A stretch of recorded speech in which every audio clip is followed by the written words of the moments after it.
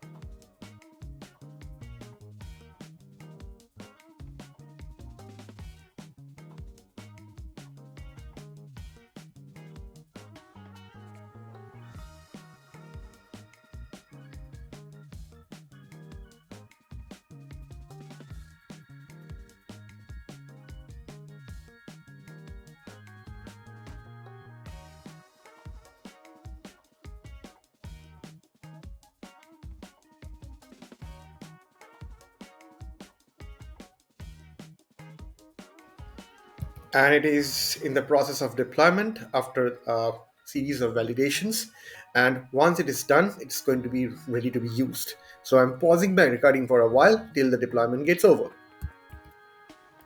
and with that the deployment is completed.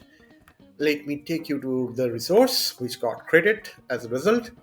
And you see these are the different different at a glance various attributes that are accompanied with the resource creation. Say for example, the resource group is there, the location is there, and I'm just going to go ahead and by launching my studio out here, so it is going to open up in a different browser, my Azure ML Studio, whereby I can choose a data source and I can train my model. I can define my pipelines. I can register my model, and I can create an endpoint and create a compute. So by default, this is where I'm going to get launched on to.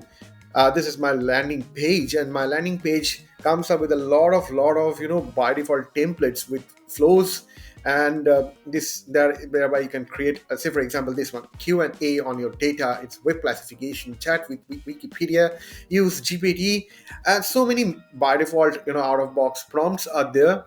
Nevertheless, I can create my own prompts, I can create my own data, I can import my data, I can play with it, I can create my own pipelines out of it. For example, I can take you to creating a data set. So for creating a data set, there are so many ways to create a data set. I can get data from an Excel file, I can get data from a CSV file, I can get data from a Parquet file. So many files I can support, basically I can get support of, and I can import the file directly and can analyze my data. That is one option. Another option is fetching the data from Azure SQL. I can fetch the data from Azure SQL directly, and I can also fetch data from Microsoft Fabric. Fabric is also getting integrated with Azure ML these days. I can fetch data from local files or from web URLs as well. So web-based URLs, like Kaggle or GitHub has so many data sources where I can fetch the data where they have kept the data exposed publicly. I can get the data as an endpoint and I can directly reverse the data. So in this example, I'm going to create a data out of the COVID cases. So there were several files that are available both in Kaggle or GitHub or other these kinds of data sources where I can have data collected from the patients all around the world who, based on a number of factors like the sex, the country of origin, the disease rates, and other symptoms, all these things basically, and based on this, there I am going to upload this data. I'm going to get hold of this data. I'm going to create a data for my Azure ML to get learn and to predict, like if a patient is having so and so and so and so symptoms, if that person is having COVID or not, it can predict. So what I'm doing is that I'm going to my data set, I'm creating a data called COVID data, and I'm creating a type as a table type, tabular data, and I'm clicking on next, and I'm clicking from more web files. And when I'm clicking on web files, it is asking from the web URL. So this is the web URL which I've got. So web URL, just copying the content, the URL of this web URL, and I'm pasting out here. And there is an optional choice to skip the validation. If I don't want to skip the validation, I want my data to be validated if the relations are there fine, or if there is any missing data, or if there is anything wrong with the data, it can do a validation, a quick check, and can let me know beforehand. So I don't want to skip the validation, I want this data to be validated, and I'm clicking on next. And it's going to take a couple of moments to get my all the columns be loaded as a tabular form and going to be expressed out here in the next step.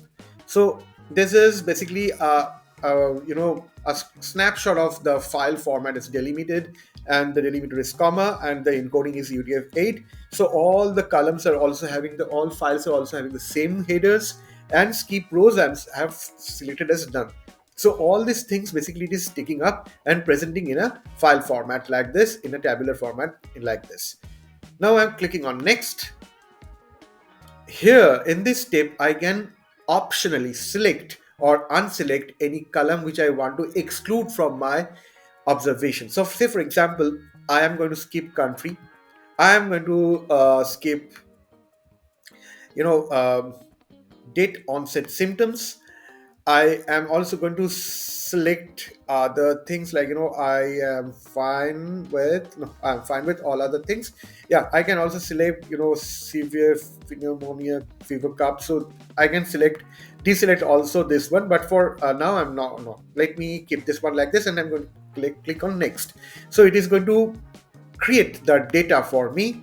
It is going to create the necessary things for me. It's going to do a lot of validation, and going to come back to this place where can I see the all my data sets available. Currently I am having only one data set called COVID data. So once this is done, I'm coming back to my automated ML, and I can create a ML job out here.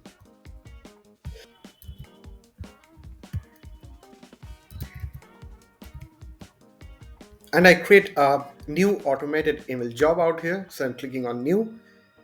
And so in the basic settings, it is asking for a lot of basic informations. Say for example, I can still give a name out here as some common name like COVID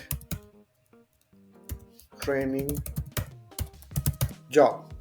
I'm giving a name like this, and it is asking like shall I create a new experiment, or I can select an already existing experiment.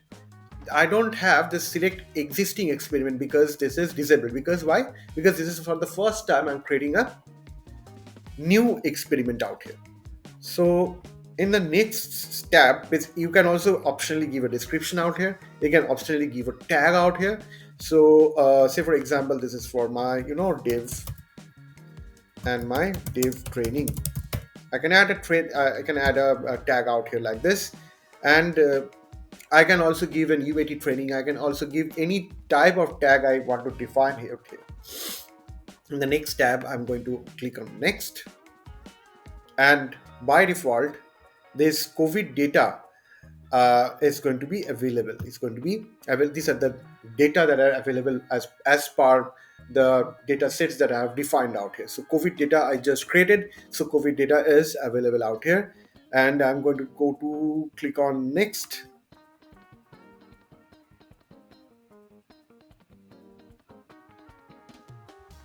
These are the COVID data set that is available out here.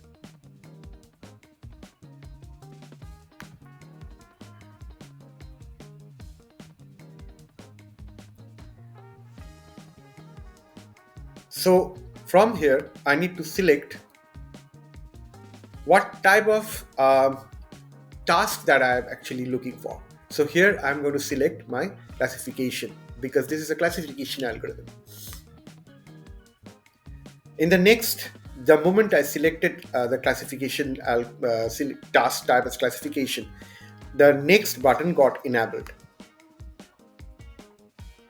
And in the task settings, it's going to ask for a target column. What is the target column that I'm going to select here? So I'm going to select the outcome, which is a yes or a no. So it is in this checkbox, it's asking, shall it give an enable deep learning? So I'm just keeping it as it is. And validation type is I'm selecting as automatic, and in the test data it is selected as none, although I can select a lot of train test split, which is basically I am giving a certain percentage of data as a testing data. Say for example, I'm giving testing data as 20%. The more data I'm leaving for testing, it is good for me to be coming to much more precise results.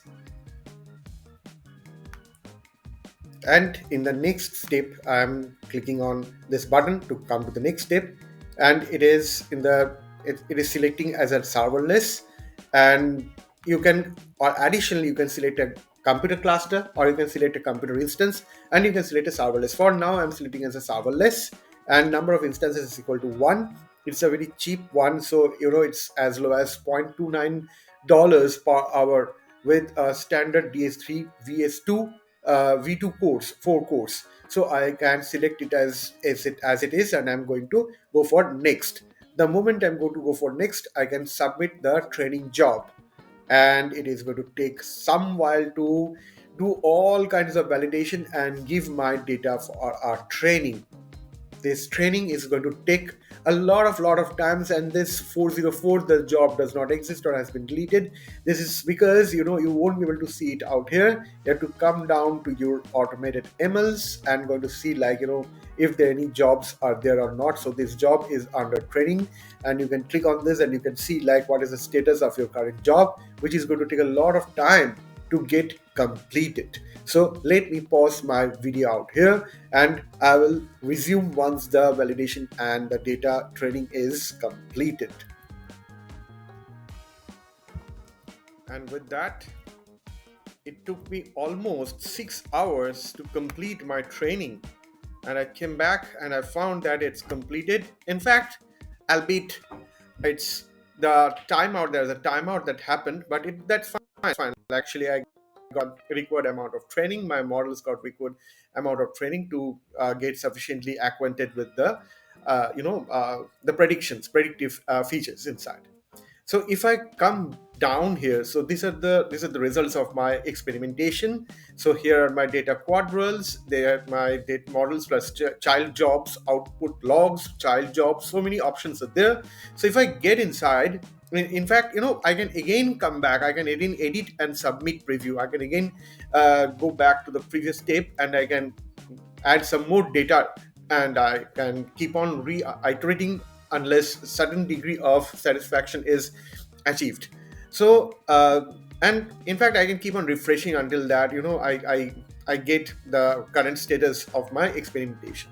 So if I come down to my model plus child jobs, if I click on this, it will give me what are all the various features, what are all the various outcomes of my data with the sampling, sampling percentages, AUC weighted or not, all these details it will give me here.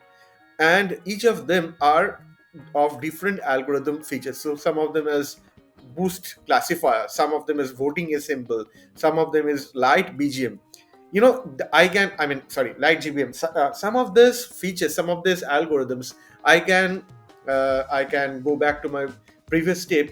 In fact, when I was starting the automated ML to start its training journey at the start, at the inception itself, I could have cancelled certain algorithms which I would have didn't like to participate, didn't like to be part of my experimentation. So anyways, my the highest one is with the voting ensemble. Voting ensemble means what? Like a number of rapid, a random forest, random trees, random trees were basically assembled and voted with the maximum number of vote count, which gave me this highest percentage. So I can take this guy, I can bank on this guy, and I can go ahead and then go with an deployment. So I can just go ahead with this, and I can click on this deploy. So it is the moment I say a deployment means what? I'm going ahead and I'm going to take this as a this is going to be deployed as an endpoint, so that I can pass on a JSON payload containing the different inputs to my payload, and it will come out with a result set. So I can start with a real-time deployment endpoint, which is the moment I send across a request, I will immediately get back an acknowledgement. So why is this coming? This is coming because I don't have the sufficient amount of virtual machines associated with me. So I can go ahead and I can go ahead with a lesser amount of memory schema, which is lesser memory capacity machine. I can go ahead. So and if this is still not working, I can keep on finding which one is available, and I can take that accordingly.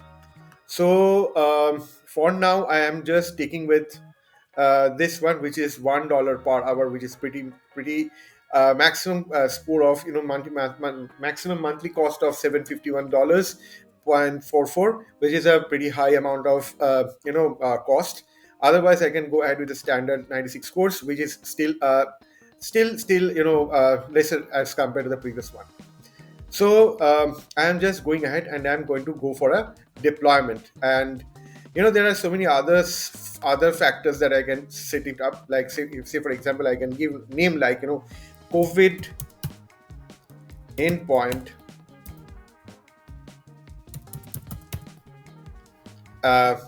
And it is saying that it is checking a validation is failing. It is saying that you should start with a lowercase letter. So I can say like COVID endpoint, something like that, and I can go ahead with an inferencing data collection, and I'm setting it as disabled, and package modeling I'm also setting it as disabled.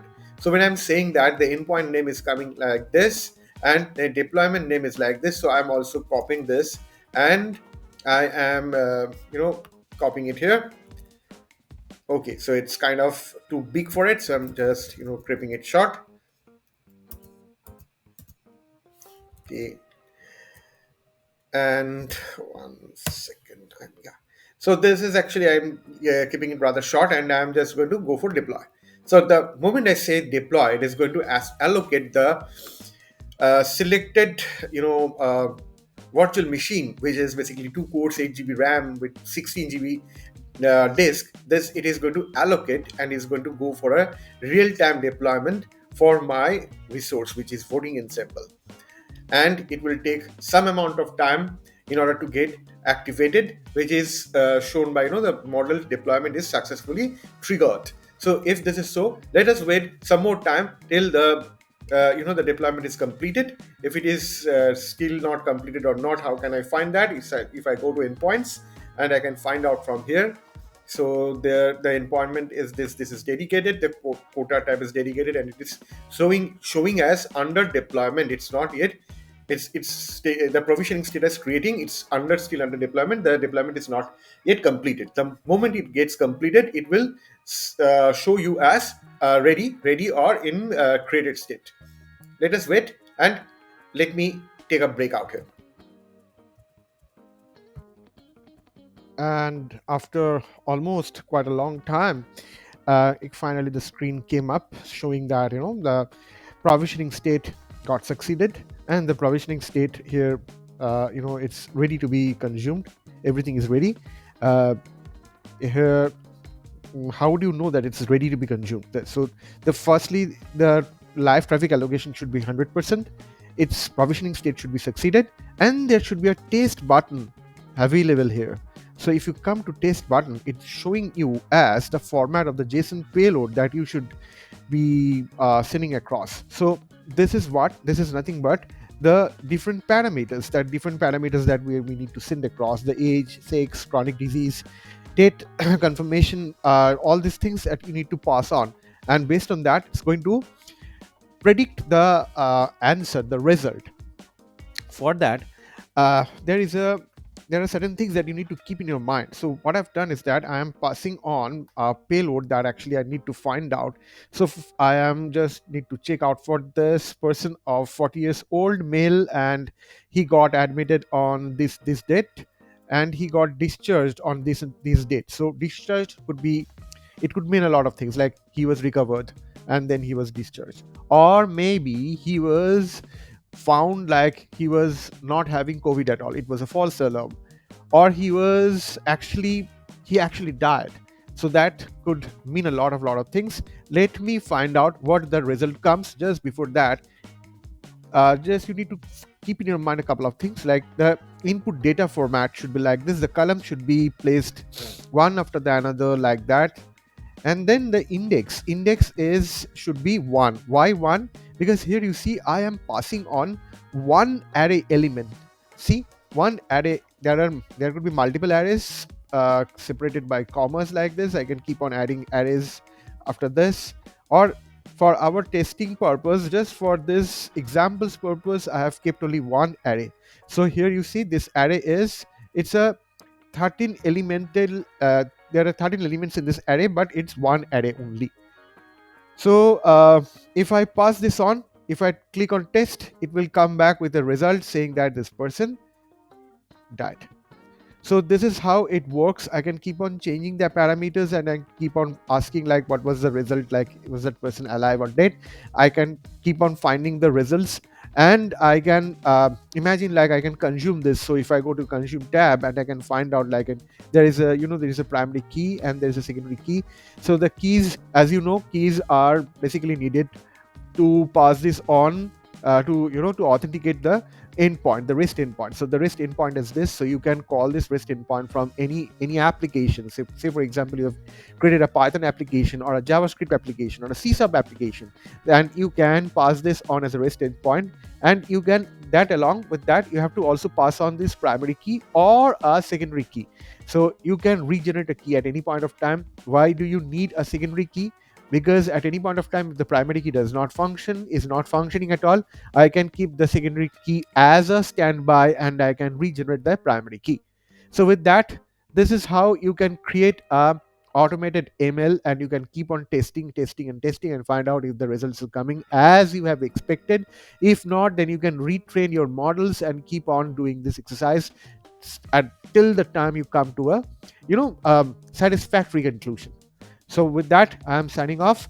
If you have liked the video, please don't forget to like and share. And I'm going to come back with lots and lots of insights on Azure Machine Language and Azure AI services. And signing out, much love and namaste. Subhashish.